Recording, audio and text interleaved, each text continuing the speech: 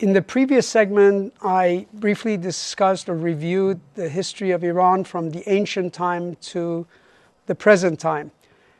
In this segment, I want to talk about really a phenomenal event in the history of Iran, and that's the 1905-06 revolution. And that revolution is very instructive because it is a real puzzle. It's a strange development because if you look to the political landscape of Iran during that period, you will see, going back to the use of my pyramid, you will see that political participation in Iran in that period was exceptionally low. I mean, this is the lowest you're going to get. No more than 1 to 2% of the population were considered politically participant. Remember, the word participant means that they're inclined to participate. So this is a feudal society with a tiny veneer of the population categorized as politically participant. And yet, it is a fact that there was a revolution. And that revolution also ultimately is going to fail, and we need to understand why did it fail. So we have to talk about the consequences of that failure as well.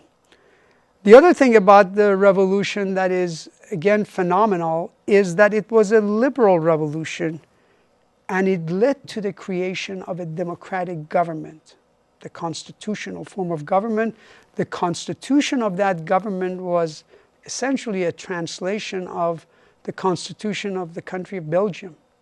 So this is a phenomena that appeared very, very early in the stage of development, and that's why I call it Iran's journey toward mass politics. That journey began in 1905, 1906, and its appearance as a historical fact is completely contrary to what you study in the literature of the West about political development.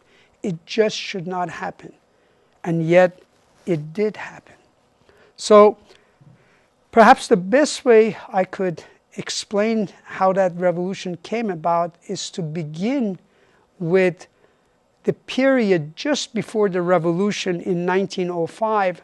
And the best way to capture it is to utilize the analytic frame that I discussed in a few segments back, and that is the control system. So let's look at the control system circa 1905. Notice the pattern very much resembles the pattern of a consensual society.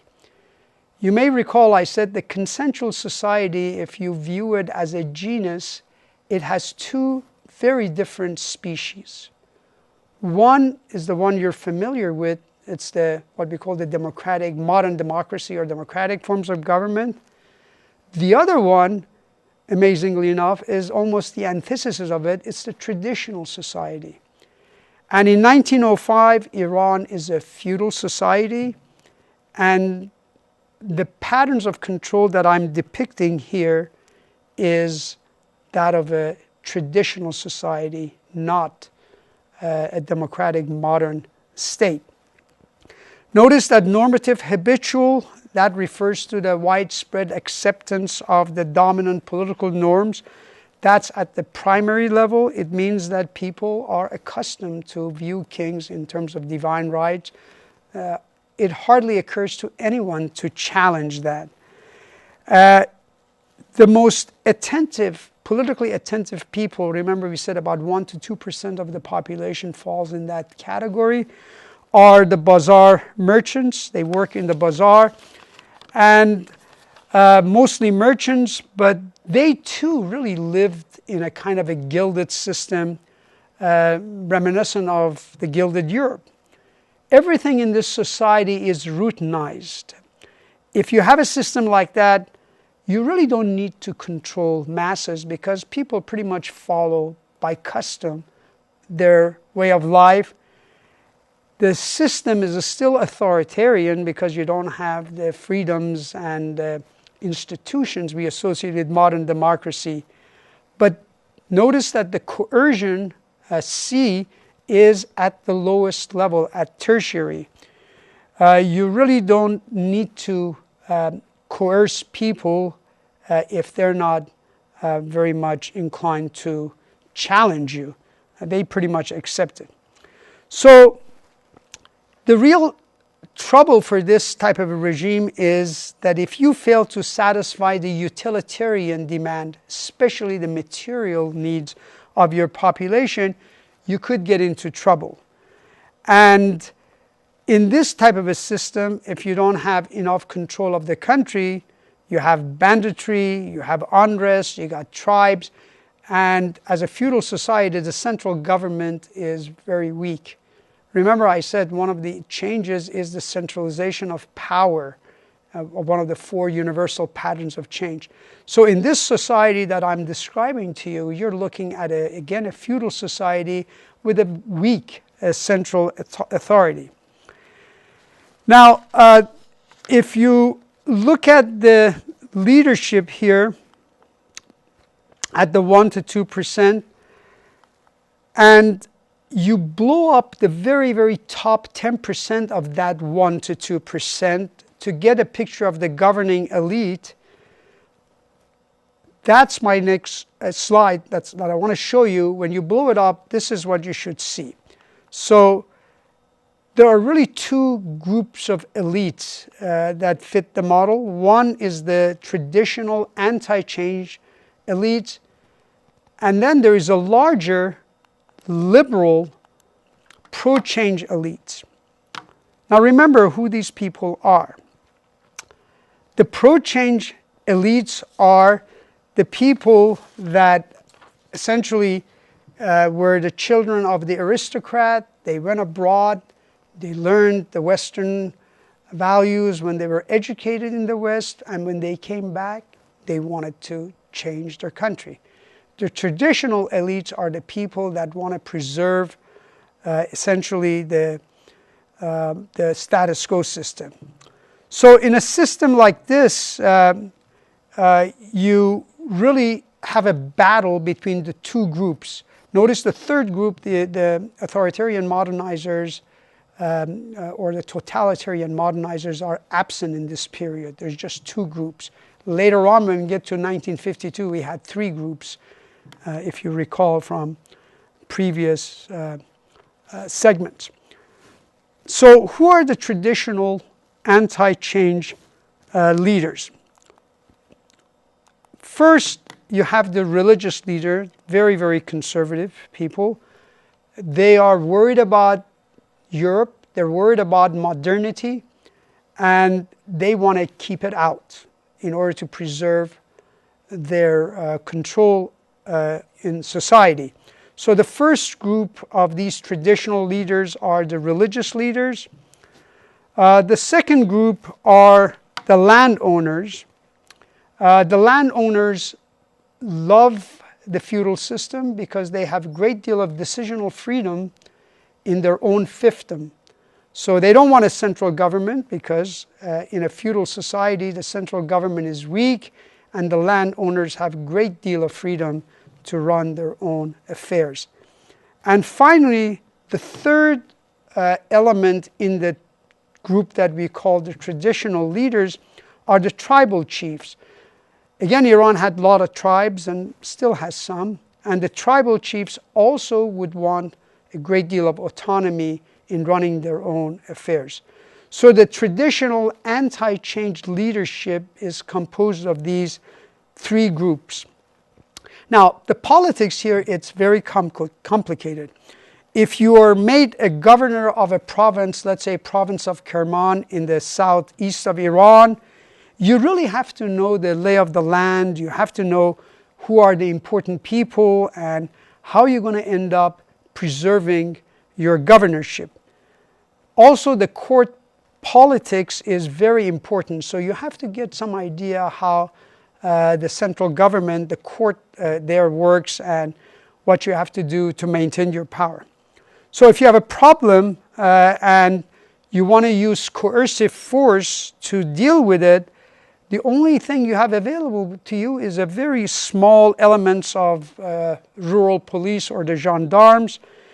And in the case of the central government, the only coercive force that the central government had was the Cossack brigade.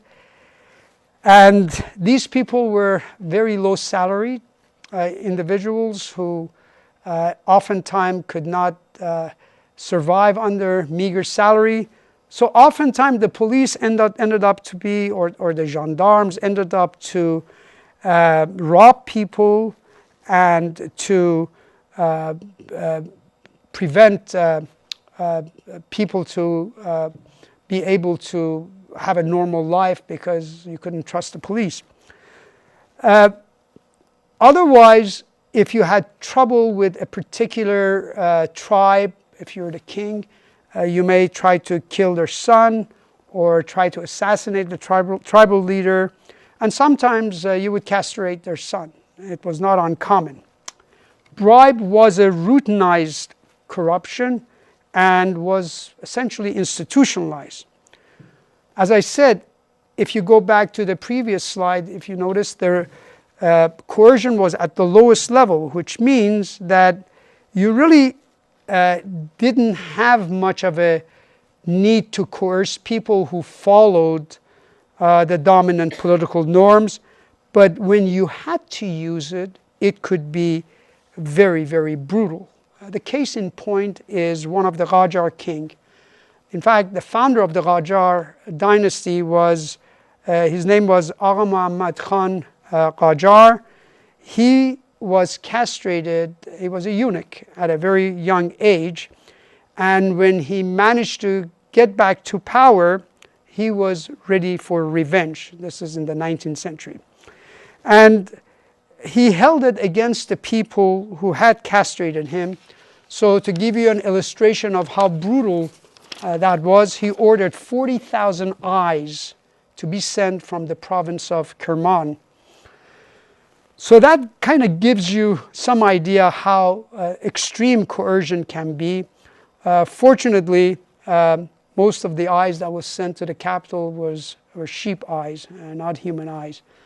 But the point was, coercion could be very brutal, but it was used mostly for personal vendetta. For most of the time, it wasn't needed to be used. And if you didn't rock the boat, you didn't have to worry about it. Also, mobility in this system was almost non-existent except for the elites, the traditional elites. Now, the system begins to change. And remember, what I'm doing is to set the stage for what's going to be happening in a year later in 1906 for the revolution. And what was happening was, remember, this is the European period in the history of Iran where Europeans are actually playing with the politics of Iran. So foreigners are coming to Iran and they begin to upset things because they want to make a situation conducive for their own purposes, which was to be able to start commercial ventures in Iran. The Russian Empire was now moving southward in a steady movement, in a steady expansion, not so much by design, but more as a reflection of its growing power. And another empire, that of Britain, was moving north. Neither Russia nor Britain thought the area in the middle, Iran, that is, was worth fighting over, but neither wanted the other to control it. So what happened, you have these two great empires, to the south Britain, to the north Russia. Neither one of them want to colonize formally Iran, but both want to have influence to make sure that buffer is preserved and, if possible, is favorable to them. So they begin to compete for influence. So how does that happen? Well, the way it's done in those days was you try to recruit agents who will be influential in the court, in the king's court. Both very quickly discovered that the Qajar kings were very, very corrupt, and they truly enjoyed traveling to Paris and to London. So the British and the Russians were more than eager to lend them loans for these extravagant trips in order to buy influence. And when it came time to pay for these debts, the Russians and the British were even more eager to loan more money to service the loans. Pretty soon, the interest on these loan payments began to exceed the national income of Iran, so the kings had no options but to increase taxes. And to help them collect the taxes, because they didn't have much of experience, they brought Belgians to set up a tax collection system and to also manage the financial house. In the meantime, the Russians were eager to get paid, so they actually started to collect the taxes themselves. And in the meantime, also the British and Russian began to recruit more and more Iranians to become their agents.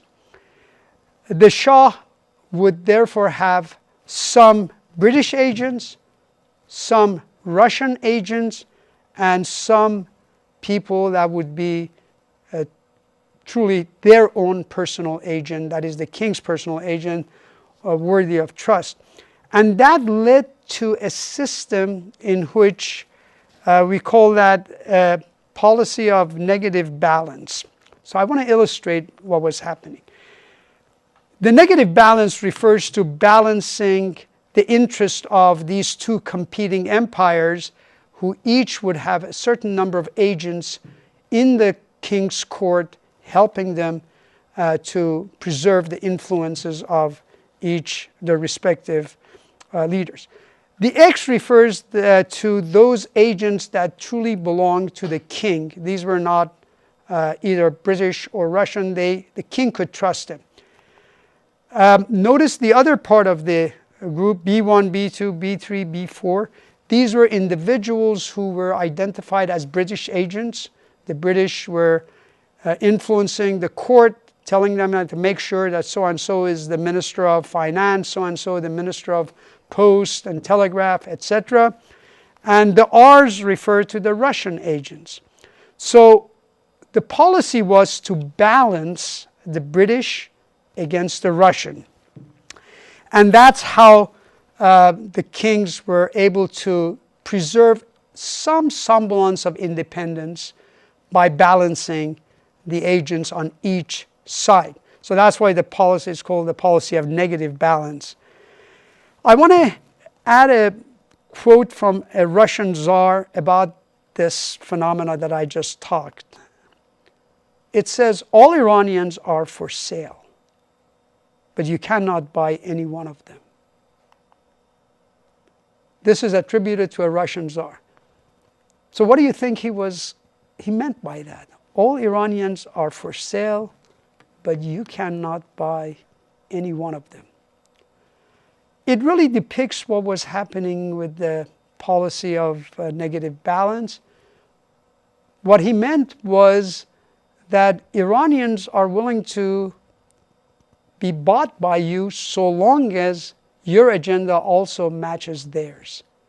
When it doesn't, then they're no longer your agent. So the Russians, if the Russians were unhappy with the way the British were influencing the policy of Iran, they would come and they would say to the Shah that we want you to get rid of, let's say, B2 and replace him with R3, our agent. And we're going to give you this much money for doing it. And then the British would come and says, we want you to get rid of R4 and replace him with B1. So that's how balancing one empire against the other, the kings of Qajar, the Shahs of Qajar were able to maintain some independence. So the Iranians in some ways outwitted the Europeans and kept their relative independence by using this policy of negative balance. But then when you think about it, this is not a very dignified way of ruling. For one thing, as they began to make more and more concessions to these foreign powers, it was being done at the expense of indigenous businessmen. So you will see that the businessmen, the merchants, were not happy with this. Second, the religious people, the religious leaders were also unhappy about that because they were seeing increased foreign influence in their midst. And in the meantime, the children of the elites who had gone to Europe and had received their education, they are returning back to Iran.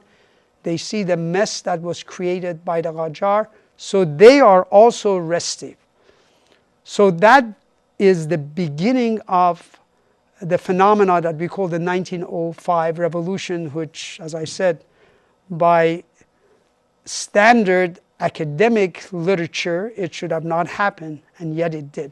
So now let me talk about the pro-change people who brought about the revolution. In the pro-change elites, you had, of course, the intellectuals. They are secular, they're liberal, educated abroad, and they are bent on bringing about change. They are sick and tired of this undignified way in which their country is dominated by these two powers, Russia and Britain. Second, you have the progressive religious leaders. So not all religious leaders were anti-change. There is a progressive group. These people are actually influenced by one tremendous Islamic leader by the name of Jamal ad-Din al-Afghani. Notice the word al-Afghani, immediately that conjures up Afghanistan. Remember, Afghanistan is a Sunni Muslim for the most part. He changed his name to al-Afghani because he knew, as a Shiite, which is a minority sect in Islam, he would not be able to have much influence on majority Muslims who are Sunni. So he added the word al-Afghani to make everybody believe that he is Sunni. And he was an extraordinary character. He wanted to bring dignity and unity to Islam. And he knew that Islam was confronting the phenomena of modernity. If Islam was not going to adapt to be able to coexist with modernity, it was doomed.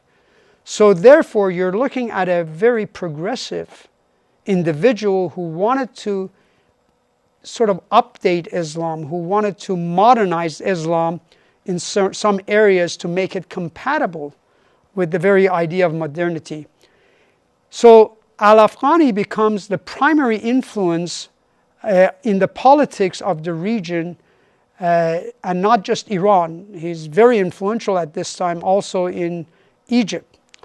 So by 1906, al-Afghani is already dead, but his influence in the region is, without question, pervasive. So the religious leaders that I've marked progressive are those who were the followers of al-Afghani. And then the third group, if you recall, I mentioned a lot of the merchants in the bazaar were being hurt by the concessions that were granted to the foreigners, so they are now forming a coalition. This pro-change elite, consisting of intellectuals, religious leaders, the progressive ones, and the bazaar merchants, they're going to come together 3 times in the recent history of Iran. This is the first instance.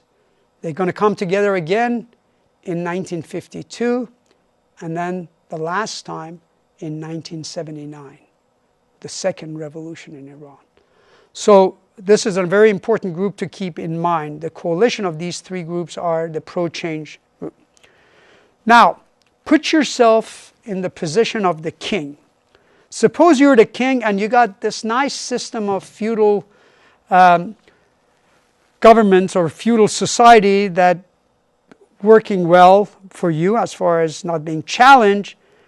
And at the same time, though, you're getting these very obstreperous people that they are want to get rid of it. They want to change the system, and they want to create a very, very different governmental structure. How do you deal with them? First, you may say, why don't you buy them? Well, you can't buy them easily. What they want is power, not money. So the intellectuals are not for sale, for most part. So how did the revolution of 1905 begin? Well, it began because the pro-change were almost all united, and they were all in one spot, the capital. Remember, Iran is at the 1 to 2% political participation. Outside of Tehran, the capital of the country, was your feudal system with zero politically inclined masses. The religious leaders are able to get the crowds in the street. Suddenly, Tehran has gotten a crowd of some 20,000. Iran has never seen that size of a crowd. The Kazakhs are called in for control, but they're too small. They cannot handle it. And the tribal chiefs are outside of the city, and they cannot be brought in. Next, the religious leaders get together and they call for a walk, a protest walk from Tehran to the holy city of Qom, 90 miles away. It's claimed that they can bring close to 50,000 people marching. Iran has never seen that size of a crowd in a political protest. And then another weird phenomena takes place. Close to 13,000 merchants, they went to the British legation. They camped there in protest, demanding Britain to leave. Notice I said British legation. I did not say British embassy, because the British did not believe Iran was an independent country, and the lower races don't deserve an embassy as yet. So the embassy is for more mature nations, not for Iran. And then fourth, intellectuals for the first time begin to form societies that are called anjumans, and they begin to print out newspapers. Suddenly, newspaper readership in Tehran goes from 0 to several thousand. In the meantime, the British are looking at all of these developments, and they show nothing but utter contempt for these people. And they said their newspaper is printing nothing but demagogic junk. What they were printing was translation of Montesquieu, which very much informed American Revolution. Now, if you're the Shah, what are you going to do? There really isn't much you could do. You have the tribal contingent far away. They cannot get here in time. You don't have a symbol that you can excite the masses to come to protect you, because this is a pre-mass politics. So the king was in a real bind. So what did he do? What any rational king would do at that time: capitulate and give up. And that's what happened. It was very tough to stay in power when these people were marching. You hadn't seen that phenomena. The religious progressive leaders were against you. The bazaar merchants were in protest. And so the king capitulated, and that's how the 1905 revolution got off the ground.